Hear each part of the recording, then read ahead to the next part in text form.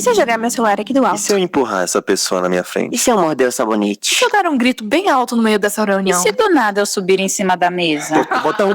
Só apertar esse botão. Cara, e se eu pular do carro na hora que ele estiver andando, hein?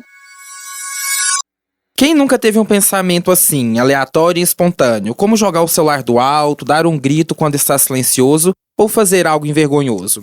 Eu confesso que não apenas tive, como já cedi a alguns desses pensamentos. Inclusive, esses dias nós estávamos aqui na UFO e você quase cedeu a um, né, Leíse? Justamente. Mais pra frente eu vou contar um pouquinho sobre ele, hein? Mas então, esses pensamentos são conhecidos como intrusivos. Eles aparecem de forma consciente e causam estranheza ao analisá-los com racionalidade. Muitas vezes não fazem sentido imediato, podendo ser algo negativo da realidade ou até mesmo ilegal. Mas será que é normal ter alguns pensamentos indesejados de vez em quando? A partir de que ponto se deve preocupar com esses pensamentos? A internet está cheia de memes e relatos deles, mas quando eles podem se tornar uma doença psicológica?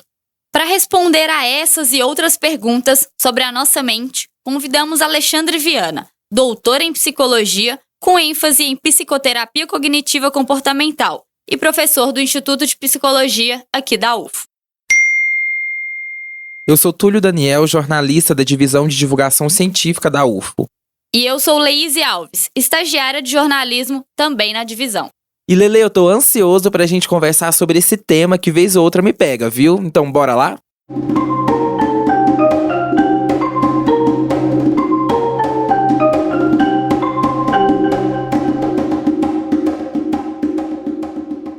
Bom, primeiramente, bom dia, professor. Fico muito feliz de você ter aceitado o nosso convite e estar aqui hoje com a gente. Conta então pra gente sobre a sua formação e sua atuação aqui na UFO. Bom, desde já agradeço também pela oportunidade. Eu formei aqui na UFO como psicólogo, depois eu fiz mestrado e doutorado na USP, na área de psicologia cognitiva. E hoje eu sou professor associado 3 no Instituto de Psicologia. Dou aula na psicologia, na nutrição e na biomedicina. Sobre a psicologia cognitiva, assim, que é a sua área de atuação, né? Você pode dar um breve resumo pra gente, pro nosso ouvinte ficar a par do que se trata? De uma maneira geral, a psicologia cognitiva estuda os processos psicológicos básicos, né? Atenção, percepção, memória, raciocínio.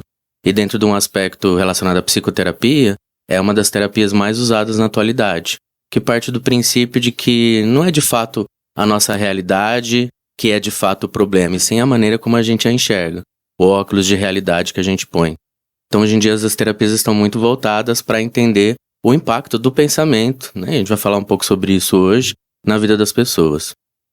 Pra gente já introduzir então o nosso assunto, já explica pros nossos ouvintes de uma forma simples, né? O que são de fato esses famosos pensamentos intrusivos e por que a gente tem eles de vez em quando. Então eu vou fazer diferente, Túlio. Eu vou pedir pra você me contar um pensamento intrusivo que você já teve. Bom, vou dar um exemplo que a gente até falou agora no começo do episódio da Leíse. Esses dias a gente tava conversando e tinha aquele botão de emergência de disparar o alarme. E ela tava com o dedinho assim, brincando, parecia ser um pensamento intrusivo. Ainda bem que tem um vidro, né? Ainda bem que Tinha tem um um vidro. martelinho e eu tava triscando assim no vidro. Enquanto a gente conversava, até sem perceber. Daí a gente falou, olha aí um pensamento intrusivo. É. Legal. Fala mais algum, fala um seu agora. O meu? Ah, esse já é meu. Então Túlio fala um seu. roubou o meu. Você roubou o exemplo dela. Teve um que até viralizou recentemente, que a gente jornalista tem muito isso, né? Que é fazendo uma entrevista com um convidado, segurando o microfone, com a fonte, né? E aí, se a gente apertar o microfone assim, encostar nele ou tirar dele, sabe? Enquanto ele tá falando, eu acho que isso Bater com o pode ser microfone também. nele mesmo, assim. Tô conversando, Como se você quisesse que ele engolisse o microfone. Isso. Sim. Então, por que eu quis que vocês começassem com esses exemplos? Porque se eu perguntasse pra vocês se isso de fato os incomodou, se isso trouxe alguma perturbação, se fez vocês perderem o sono, provavelmente vocês vão me falar que não. Que foi até algo, inclusive, que vocês lembram de uma maneira divertida. O que eu quero dizer com tudo isso? Pensar, de uma maneira geral, é uma habilidade humana. Pensamento simbólico exclusivamente humano, inclusive. Então nós estamos pensando o tempo inteiro. Inclusive pensando coisas esquisitas como essa. Então já dizendo que o que a gente está chamando de pensamento intrusivo precisa ser mais bem definido. Porque às vezes esses pensamentos aleatórios, ou que nem tem vários outros, né? A pessoa tá andando na rua, tá vindo um ônibus, eu tenho que chegar na esquina antes do ônibus, aí eu vou ganhar na Mega Sena, né? Ou sim. tem um que eu já tive muito, eu tô no carro como passageiro, porque eu não tenho carteira, e aí tá vindo um caminhão na outra via, e eu tenho vontade de pegar o volante do carro e jogar na frente do caminhão pra ver o que acontece. Eu não vou ver o que vai acontecer Só porque eu pelo morrer, né? Mas eu fico com essa coisa. O que eu quero dizer com isso é que isso é perfeitamente normal. Seria estranho se nós, seres humanos, com a habilidade simbólica que a gente tem, que é ilimitada. Ilimitada em que sentido? A gente pode relacionar qualquer coisa com qualquer outra coisa. A gente pode relacionar esse celular com qualquer coisa que a gente quiser. A gente relaciona símbolos aleatoriamente e espontaneamente. Basta a gente olhar para os nossos sonhos. Os nossos sonhos, no geral, é uma maluquice. Muitas vezes, né? Os enredos, num caso, não acontecem coisas muito estranhas. Então, a nossa habilidade simbólica, ela é ilimitada. E, eventualmente, a gente tem isso, que as pessoas chamam de pensamentos intrusivos. Só que vem a pergunta, por que a gente fala pensamentos intrusivos? Por que esse nome, né? Vamos dar um outro exemplo. Vocês já fizeram dieta alguma vez? Já sim. Já? Não fiz. Vocês não precisam, né? Vocês estão fazendo uma dieta e estão lá, né? Pegando firme, fazendo os protocolos, foi no nutricionista, te passou a dieta. Só que envolve uma certa restrição calórica. Aí você vai fazendo. Lá pela quinta-feira, você começou na segunda, né? Lá pela quinta, sexta-feira, do nada, você tá na sua casa, você tá assistindo uma aula, e aí você começa a pensar naquele frango rodando numa máquina, assim, aquele frango assado. Ou você pensa lá numa churrascaria, pegando um pedacinho de picanha. Eu poderia dizer que isso é um pensamento intrusivo. Você não queria ter ele apareceu espontaneamente, e você pode, até certo ponto, isso é bem comum em pessoas com transtorno alimentar, ficar incomodada com isso. Mas as pessoas não costumam chamar isso de pensamento intrusivo. Elas colocam algumas categorias muito específicas como intrusivos. O que seria intrusivo para a maioria das pessoas? Lembrando que isso é o nome que as pessoas dão para as coisas. Tudo é pensamento. São aqueles pensamentos que, além de aparecerem espontaneamente, eles de algum modo têm um componente aversivo. Aquilo que aparece no pensamento faz eu imaginar que tem alguma coisa de errado comigo. Como assim? Eu não deveria estar pensando isso. Por que isso apareceu? E aí que talvez a gente pode chegar na ideia de que isso pode ser um problema. Mas resumindo inicialmente, pensamentos intrusivos todos nós temos e é natural e é normal que a gente tenha. Durante a nossa última pergunta aqui, né, você comentou de que as pessoas têm bastante, mas não sabem diferenciar. Então, até que ponto a gente pode falar que esses pensamentos nos preocupam e que nós devemos nos preocupar com ele? Porque tudo é pensamento. Mas até que ponto, então, por exemplo, esse da dieta, né? Isso vai incomodar a pessoa, mas ela consegue rapidamente se desvincular ou isso é algo que vai preocupar depois? Aí um aspecto interessante, que inclusive os manuais diagnósticos e estatísticos de transtornos mentais, como é o DSM-5, eles colocam na introdução de cada um dos quadros diagnósticos, que é a ideia de existir sofrimento. Se a ação ou comportamento, ele acaba fazendo a pessoa sofrer e tem um impacto na vida laboral dela, no trabalho, nas relações familiares, nas amizades, no cotidiano, na qualidade de vida, aí sim a gente pode dizer que existe um problema. Então vamos voltar ao exemplo que eu dei. Pode ser que o Túlio, fazendo a dieta, chegue lá pelas tantas e comece a ter pensamentos intrusivos sobre uma churrascaria, sobre um rodízio de pizza, enfim. Mas ele pode concluir, eu tô fazendo dieta, tá tudo bem, não tem problema nenhum. Se a pessoa começa a ter esses pensamentos e ela começa a se julgar, começa a se martirizar, eu não devia estar pensando isso, e começa a imaginar, nossa, eu não vou aguentar, eu vou ter que assaltar a geladeira, vai acontecer alguma coisa, aí você diz que começa a existir o quê? Um tom de ameaça vindo desses pensamentos. Mas acho que é importante a gente colocar isso.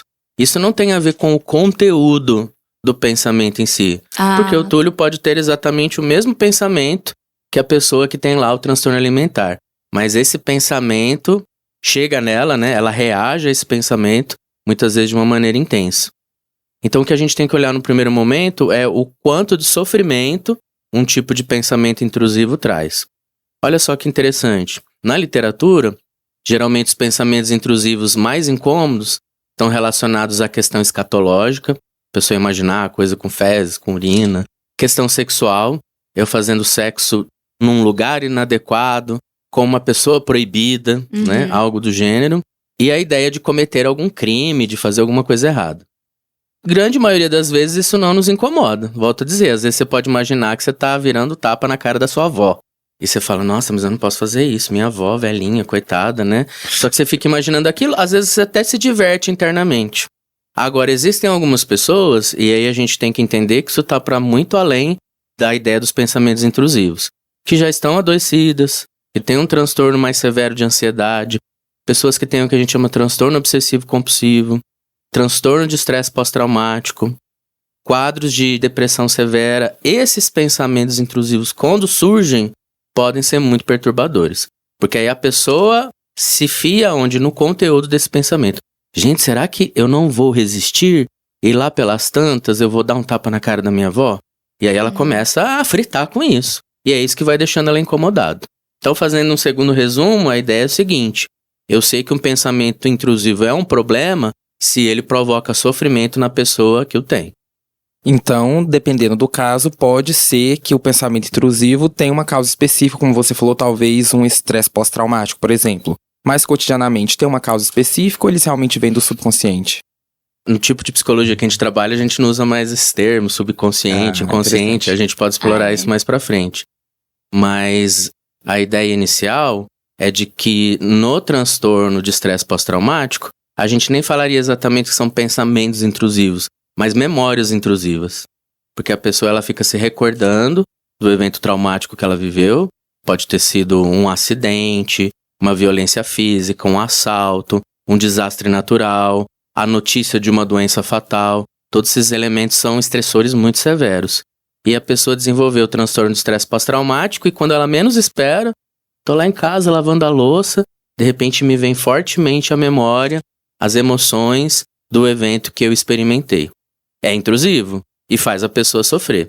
Então esse é um caso, a gente diria que é um dos sintomas, é uma das coisas que vem junto do transtorno de estresse pós-traumático.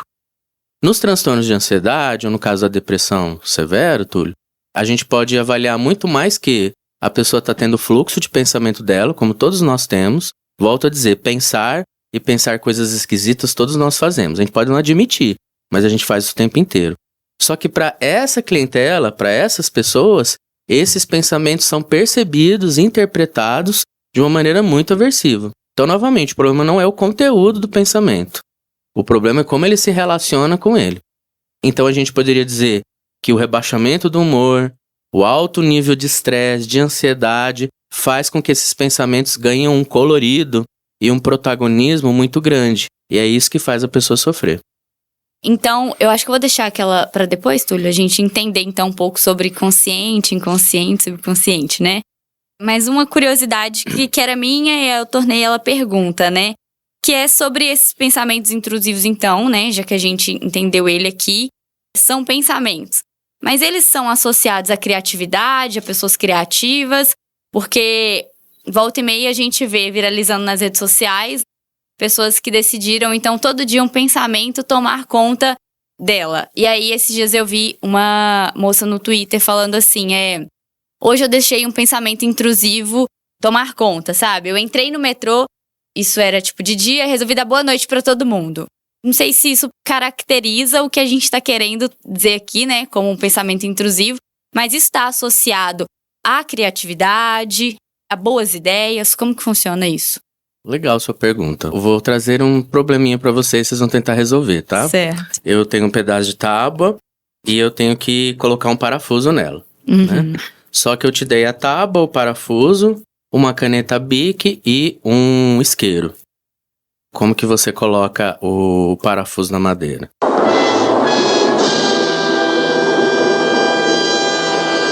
Relógio na tela.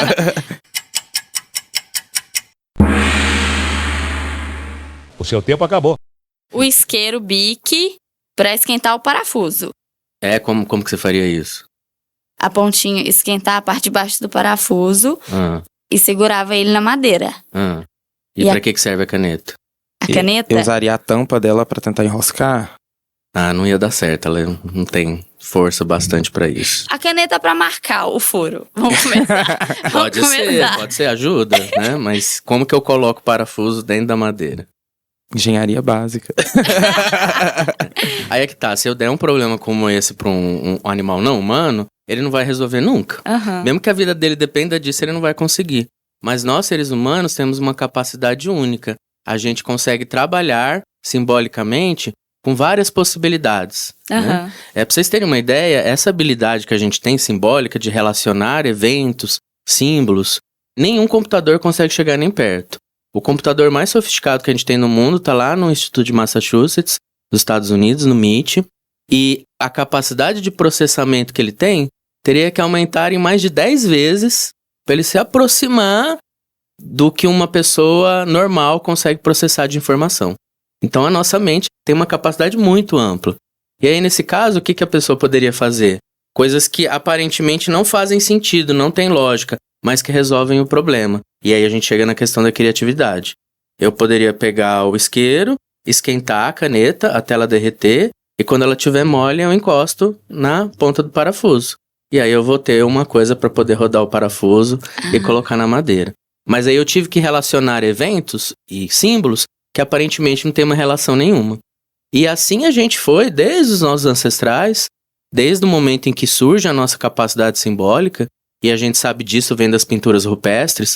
Gato não faz pintura. Você já viu seu gatinho, seu cachorro fazendo pintura? Não faz. Só Nem bagunça. acende fogueira. Os nossos ancestrais, eles tinham capacidade de simbolização. Até que mais ou menos há uns 10 mil anos, a gente desenvolveu agricultura, pecuária, começou a ficar em lugares mais restritos, desenvolveu linguagem, depois veio a imprensa, depois veio a internet. Então, a facilidade de trânsito de informação e maneiras novas de pensar são quase ilimitadas. Eu diria, inclusive, que o que vai salvar a gente de um futuro nefasto, questões climáticas, enfim, é a nossa criatividade, que é a habilidade da gente trabalhar com símbolos. Aí você me perguntou da questão do pensamento intrusivo.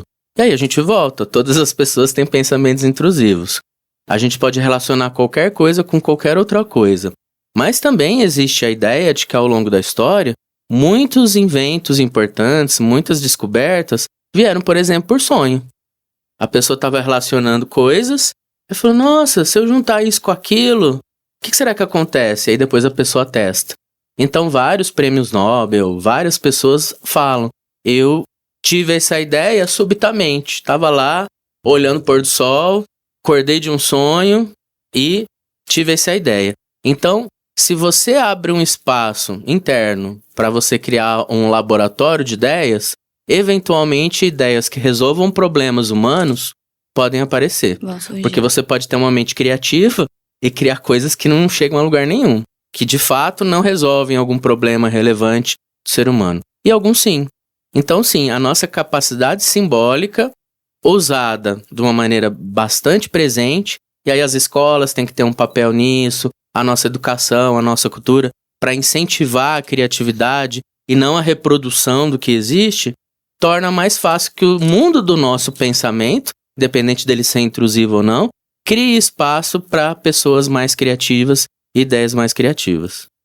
E se eu começo a ter um excesso de pensamento intrusivo, em um ponto que começa a me incomodar, tem como evitar ter isso? Tem como tratar esses pensamentos? Nossa, ótima pergunta, Túlio. As pessoas têm a ideia de que isso aparece, a gente vê muito em livro de autoajuda, que eles falam de livro de desenvolvimento pessoal, enfim.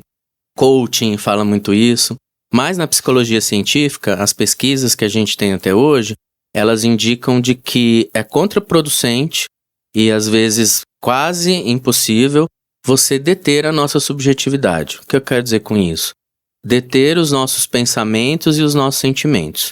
Se você estiver chorando, porque aconteceu algum evento que te comoveu, não adianta eu chegar aqui para você e falar, Túlio, para de chorar. Para agora, para de sentir essa emoção. Não vai funcionar. No caso dos nossos pensamentos, a gente também não consegue deter o fluxo dos nossos pensamentos. A gente pode usar estratégias, protocolos que envolvem distração, que envolve eu conversar com o pensamento e ver a validade dele, se ele é distorcido, se ele me leva em algum lugar. Mas mesmo fazendo esse trabalho todo, cedo ou tarde o pensamento vai voltar. Tem uma pesquisa famosa, vocês já devem ter ouvido falar, ela foi conduzida em 87, que falava assim, para um grupo de universitários, vocês podem pensar em tudo nas próximas 2 ou 3 horas, menos num urso branco. E tinha só essa instrução, né? Vocês não podem, em hipótese nenhuma, pensar no urso branco. Tudo é permitido, menos o urso branco.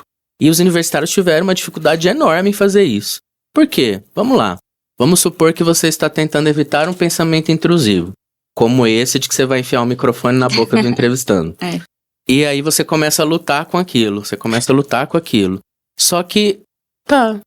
Eu vou e pergunto pra você. Conseguiu eliminar, esquecer o pensamento intrusivo? Pra você me dar a sua resposta, o que você vai ter que fazer? Eu vou ter que pensar naquilo. E aí, vem tudo de volta.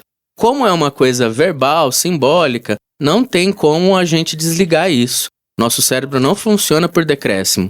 O que eu posso fazer é criar novas relações. Então vamos lá. Se eu não posso eliminar um pensamento ou um sentimento, eu posso observá-lo quando ele aparecer e me perguntar qual é a utilidade dele. Ou o quanto ele está me aproximando ou me afastando do tipo de pessoa que eu quero ser naquele momento. Então você quer fazer uma boa entrevista. Então mesmo que te venha um pensamento muito intenso de se enfiar o microfone na boca do entrevistante, você vai pensar, bom, eu gosto dessa minha profissão, eu quero fazer uma boa entrevista, fica aí conversando comigo, pensamento, mas eu vou fazer o que importa. E aí muitas vezes, gente, as pessoas precisam fazer psicoterapia. Quando a quantidade de pensamentos que ela tem são tantos e negativos ao ponto de atrapalharem a rotina dela, ao ponto de fazerem mal, ela precisa fazer uma troca psicoterápica no sentido de, vamos entender por que esses pensamentos estão aí? Porque é outra questão. Os nossos pensamentos não estão muito longe da nossa vida. Então, os tipos de pensamento que a gente tem falam muito sobre a gente, sobre a nossa história, sobre os nossos medos, sobre as coisas que nós experimentamos, sobre os nossos anseios, sobre os nossos desejos. Então, numa psicoterapia, por exemplo, você pode avaliar isso. Ah, então, Túlio, agora a gente sabe, você tem esse pensamento A, B, C e D que te incomoda tanto, e eles estão aí porque você tem uma história com eles. Eles são incômodos para você por um motivo. Agora vamos olhar para eles como eles são. Muitas vezes, né, fazendo aí uma parte, as pessoas se esquecem de que o ser humano é cheio de habilidades. Nós somos um organismo inteiro, completo, funcionando no ambiente. Nós temos capacidades emocionais, nós temos reações fisiológicas o tempo inteiro, a gente tem isso aqui que a gente está fazendo agora, comportamento verbal e simbólico, e a gente tem pensamento. Pensamento é uma habilidade do ser humano. Se a gente lembra que pensamentos são só pensamentos, a gente pode aprender a não se afetar tanto quando eles aparecerem. E sem ter a perspectiva ou esperança de que eu possa eliminá-los. A ideia é um pouco diferente, é olhar para eles até com uma certa compaixão. Nossa, esse pensamento é tão difícil, é tão ruim, mas obrigado, pensamento, você tá aí porque você tem uma história, você me ajudou, você me protegeu, mas eu escolho só te olhar e fazer o que eu quero. E isso é pra qualquer tipo de pensamento, né? A gente tá Sim. falando de intrusivo, mas a gente tem, por exemplo, pensamentos suicidas, né? Uhum. Pensamentos Obsessivos. depressivos, obsessivos. Sim. E aí nesse sentido, então, como que a gente diferencia esse pensamento obsessivo desses outros, sabe? Porque a gente tá numa era agora, né, de ficar muito indo atrás, ou então, eu acho que é um pouco meu também, do e se. Sabe, eu não sei se o e se tem relação com isso aqui, que é aquela coisa, né? Você deixa de fazer algo e antes você tivesse feito, que aí se arrepende Sofreu de ter por feito. antecedência. Mas e se aquele momento que você não faz, e aí já passou, e você fica, nossa, e se eu tivesse feito, se eu tivesse ido? Será que teria sido bom? Sabe, esses pensamentos que também rondam? As coisas acontecem mais ou menos assim, usando um outro exemplo para vocês. Imagina que você está na sua casa e você recebe um convite de uns amigos para ir ao zoológico. Aí você lembra, nossa, esse zoológico é muito massa, tem muito animal, chegou 2 animais da África, eu queria conhecer. Lá tem uma lanchonete super gostosa, os meus amigos são muito gente boa, tem um lago, dá pra gente pegar, estender uma canga, fazer um piquenique, ia ser muito legal. Mas aí antes de responder ele pensa, mas eu morro de medo de cobra. Tem problema com cobra. Aí a pessoa começa a pensar, nossa, se eu for, e aí eu vou ver essa cobra, e eu posso passar mal, e pode dar ruim. Aí, para diminuir essa ansiedade, e aí é o nosso corpo respondendo, tá liberando cortisol, adrenalina, tô tendo vasoconstricção periférica, tremor, eu tô me sentindo em risco. Você pode chegar pros seus amigos e falar assim, não vou não, tá? Eu tenho que estudar pra uma prova, acho que eu vou ficar em casa. Assim que ele desliga o telefone, vem um alívio. Não vou mais precisar entrar em contato com a cobra, que bom. A gente chama isso de estratégia de esquiva. Aí que tá a raiz do problema. Por que vai acontecer? Eu me livrei da cobra, ou do perigo imaginário que eu tinha em relação à cobra. Mas eu não estive com os meus amigos, eu não vivi momentos interessantes, eu não conheci os outros animais, eu não fiz o piquenique, eu não vi o pôr do sol, eu perdi isso tudo. Essas pessoas adoecidas, e a gente inclui aí a questão do toque, ela começa a desenvolver uma série de repertórios, de obsessões, de compulsões, para evitar que sentimentos difíceis tomem conta dela. Então a Pomo começa a ter um pensamento intrusivo: minha mãe vai morrer. Todos nós temos esse pensamento, eventualmente. Você vê um chinelo virado, você já imagina isso.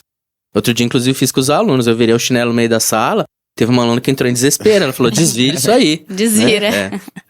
Mas aí o que a pessoa que tem esse tipo de caminho faz? Prevenção de resposta. Então, minha mãe vai morrer, eu tenho que fazer alguma coisa para evitar. E aí ela cria um ritual. Limpar toda a parede, lavar as mãos, contar todos os números primos até 100, enfim. Ela cria alguma coisa. Aí quando ela termina, ela vai e liga pra mãe. Mãe, você tá bem? Tô. O que ela passa a acreditar? Ah, ela tá bem porque eu fiz o ritual. Ela tá bem porque eu fiz isso. Isso vai se tornando cada vez mais intenso. O que era assim uma coisa pequenininha vai aumentando, aumentando, aumentando, aumentando, a chegar ao ponto de se ocupar quase que toda a vida da pessoa. Essas pessoas precisam de atenção psicoterápica e eventualmente psiquiátrica. Então, Alexandre, pra gente já ir encerrando, você tinha falado mais cedo que a gente não usa mais a palavra subconsciente. Comumente a gente tem algumas coisas que a gente associa ao tal do subconsciente, como os pensamentos intrusivos, sonhos, atos falhos. Então, fala um pouquinho pra gente sobre isso, né? O que é consciente, inconsciente, subconsciente. Numa linguagem psicanalista, eles usam o termo, né, inconsciente, pré-consciente e consciente. O nome subconsciente é uma coisa mais da cultura pop, que talvez esteja falando do inconsciente, né? Mas usaram esse nome. Mas hoje em dia, com todos os avanços que a gente tem da neurociência, com as técnicas que existem hoje de magiamento cerebral, e com o estudo, é claro, profundo do ser humano, a gente entende que o que a gente pode chamar é que existem processos automatizados e processos controlados. Como assim? Você está aprendendo a dirigir. Quando você está aprendendo a dirigir, cada coisa você tem que prestar muita atenção. Tanto é que às vezes coordenar várias coisas ao mesmo tempo você não consegue. Por isso que às vezes as pessoas demoram tanto tempo para conseguir tirar a carteira. Depois que ela tirou, os atos, né, da marcha e tal, e freio, embreagem, a pessoa faz com baixíssimo nível de atenção. Essa é uma estratégia que o nosso cérebro criou para tornar mais efetivo o nosso contato com o mundo. Porque milhares de estímulos estão nos acompanhando o tempo todo. Às vezes a gente tem que tomar decisão muito rápido. Então, muitos dos nossos comportamentos, isso começa numa área do nosso cérebro aqui que chama cerebelo, tem muitos repertórios altamente automatizados, né? A gente digitar no celular, a gente pentear o cabelo, a gente tomar banho, a nossa marcha enquanto a gente caminha, todas essas coisas requerem um nível de atenção muito baixo. A gente fala que elas são automatizadas, ou se você preferir o nome, inconscientes. Eu não preciso estar consciente de que eu estou fazendo essas coisas para elas acontecerem. E isso também é verdade em relação a muitos dos nossos pensamentos. A gente nem percebe que determinados pensamentos estão nos afetando.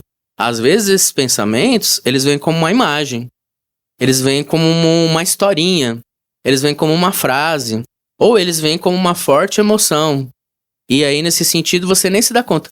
Quando você vê, você já está chorando, quando você vê, você está alegre, quando você vê, você está irritado, porque são processos que ocorrem muito automaticamente. Qual que é a ideia de boa parte das terapias? É ajudar você a tornar esses processos que são automatizados mais controlados. Eu ser capaz de notá-los, observá-los. Porque se eu consigo notar, observar, eu posso, na presença deles, escolher o que eu vou fazer. O único espaço, de fato, que a gente tem de livre-arbítrio. Então, voltando ao que a gente falava no começo, uma pessoa ansiosa. Ao invés de eu querer eliminar a ansiedade dela, ao invés de eu querer eliminar pensamentos difíceis sobre perigo, sentimentos de medo, o que eu vou fazer? Vamos olhar para a sua vida e vamos ver o que está acontecendo na sua vida. Que momentos esses pensamentos difíceis surgem? O que está acontecendo? Quando está acontecendo esse tipo de coisa, né? No trabalho, pode ser no trabalho, no flerte, indo numa festa, enfim, varia, né? Foco de ameaça. Está acontecendo? O que seu corpo te conta? O que acontece no seu corpo? Eu estou ensinando meu paciente a notar esses estados. Notar que eu estou respirando ofegante, notar que eu estou tremendo, notar que está vindo um monte de pensamentos difíceis. E aí, quando eu convido ele a estar em perspectiva, se observar, ele pode decidir o que ele vai fazer com isso. Ah, então eu tô aqui tonto, eu tô tremendo, eu tô muito ansioso, porque essa situação ao longo da minha história de vida sempre foi muito difícil. Imagina uma pessoa tímida que tem que apresentar um trabalho. Vocês são jornalistas, para vocês isso é tranquilo. Mas tem aluno que, assim, ele começa a entrar em desespero. Se eu perguntasse para ele, sem ele estar fazendo terapia, tudo que ele tá pensando, tudo que tá acontecendo no tempo dele, ele não sabe. Ele só se sente mal. Então, muitas vezes, o processo da psicoterapia passa por isso. Tornar mais consciente ou mais controlado esses processos que ocorrem automaticamente, muito rápido, para a gente ter ganho de processamento. Para isso ficar de fundo e a gente prestar atenção nas coisas mais importantes. E aí, pegando a pessoa tímida, o convite dela seria assim: olha para esse ambiente, olha para esse contexto. É natural que você se sinta ansioso. Você sempre teve medo de falar em público. Você tem uma história que lá na escola, na 5ª série, na 8ª série, riram de você, que você travou. Então, é perfeitamente natural, fulano, eu pensar isso tudo. Mas apresentar esse trabalho é importante para mim? Eu quero me desenvolver nessa disciplina, nesse curso que eu tô fazendo? Sim. Então eu vou mesmo com medo. E aí as pessoas vão devagarinho mudando isso. Então hoje em dia a ideia é muito mais que o nosso cérebro é uma máquina de capacidade quase ilimitada, nenhum computador consegue chegar perto dela, e que muitas coisas que a gente faz, que a gente sente, que a gente pensa, acontecem com um nível mínimo de atenção. Quando essas coisas que estão acontecendo no nível mínimo de atenção são provocadoras de sofrimento, cabe a gente ajudar o paciente a percebê-las e olhá-las em perspectiva. Seria isso. É interessante que esses dias mesmo eu vi sobre essa questão do automático, alguém tweetando: nossa, tem dia que eu saio tão cansado do trabalho, tão estressado, que quando eu vejo eu já cheguei em casa. Não sei como é que eu vim dirigindo, não atropelei uma pessoa no caminho, que eu nem percebi. Quando eu vi, eu já tinha chegado aqui em casa. Sim, é um ótimo exemplo. Muito legal. Professor, gostei bastante de tudo que a gente conversou aqui. Infelizmente, o nosso tempo é curto, né? Mas caso você queira falar alguma outra coisa, alguma informação pertinente que ficou para trás ou a gente não trouxe aqui como pergunta, pode ficar à vontade. Só mais uma vez fazer a recomendação, quem estiver ouvindo esse podcast e que sente que pensamentos intrusivos, de fato, são incômodos, né? Diminuem a qualidade de vida, trazem prejuízo, procure ajuda. Ajuda psicoterápica, nessas abordagens que a gente falou, de base cognitivo, comportamental, que são as que têm maior facilidade em dialogar com esse tipo de problema. E também, se a coisa for muito séria, estiver realmente atrapalhando de uma forma significativa, também procurar uma ajuda psiquiátrica.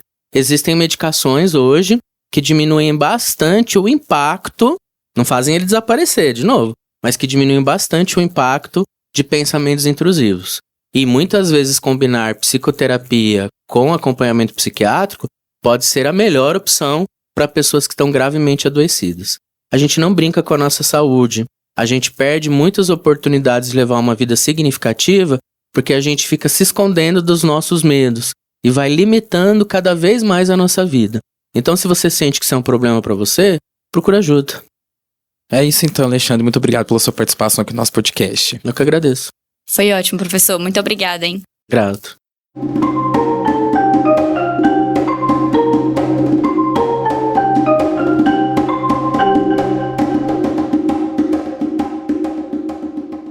Bom, pessoal, esse é o momento em que você que segue o Ciência ao Pé do Ouvido nos avalia. Se você nos ouve pelo Spotify, deixamos uma caixinha aqui embaixo.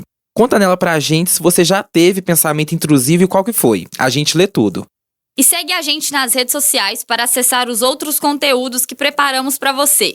Estamos no X, antigo Twitter, @aopédoouvidopod e, claro, nas redes sociais oficiais da UF. As arrobas você encontra aqui na descrição. Gostou desse episódio? Quer perguntar algo, mandar um recado ou indicação pra gente? É só mandar um áudio pro nosso WhatsApp. Nosso número é 349-9948-4655. De novo, 349-9948-4655. Muito obrigada por nos ouvir até aqui e até semana que vem. Tchau, tchau. O Ciência ao Pé do Ouvido é o podcast da Divisão de Divulgação Científica da DIRCO, a Diretoria de Comunicação Social da Universidade Federal de Uberlândia. A supervisão do roteiro e inserções são por conta da jornalista Ellen Borges, que também é editora de conteúdo do podcast. Apresentação, produção e entrevista desse episódio foram feitas por mim, Leíse Alves, estagiária de jornalismo na Divisão de Divulgação Científica da UF, e pelo Túlio Daniel, jornalista também na divisão. A comunicação imagética foi feita pela Maria Clara Medeiros, estagiária de design. A divulgação nas mídias sociais está comigo, Túlio, que sou editor de ciência das redes sociais da UFO e editor de produção do podcast. A principal transição sonora é composição do percussionista Eduardo Fraga Túlio, que é pesquisador e professor de música aqui na UFO. A captação de áudio foi feita por Euler Reis. Edição, montagem e finalização são do Márcio Gama. A direção de comunicação social da UFO é da jornalista e pesquisadora Renata Neiva. O Ciência ao Pé do Ouvido tem apoio da Fundação de Amparo à Pesquisa do Estado de Minas Gerais, a FAPEMIG. Voltamos na próxima terça-feira. Até mais. Tchau, tchau.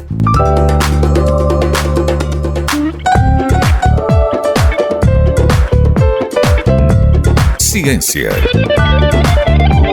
ao pé do ouvido.